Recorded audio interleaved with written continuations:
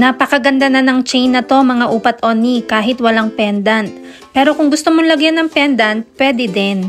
Ang nasa video natin ay 37.5 grams, 24K Korean gold, nabibenta at nasasangla with authentication card. Ito ay for men and women. Ang ganitong necklace ay pwede sa minimum 26.25 grams.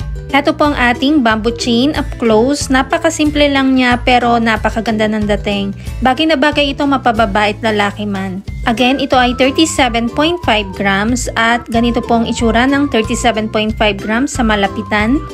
Ang design nito ay sa isang side lang at sa kabila ito ay very plain na. Ito naman ang ating 18K Korean gold lock. Pwede rin ito sa 24K gold lock kung ayaw mo ng 18K lock. Ganito ang itsura ng ating bamboo chain pagsuot ng isang babae. Ito ay 37.5 grams sa 45 cm. Sa lalaki naman ay 50 cm minimum length.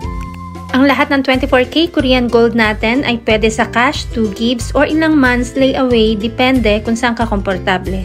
Ang rate ng gold ay nagbabago every day kaya hindi natin nilalagay ang price sa video. Kung gustong malaman ang updated price, mag-inbox kay Michelle Yu sa Facebook at subscribe ka na rin sa ating Mabenta KR Jewelry YouTube channel para updated ka.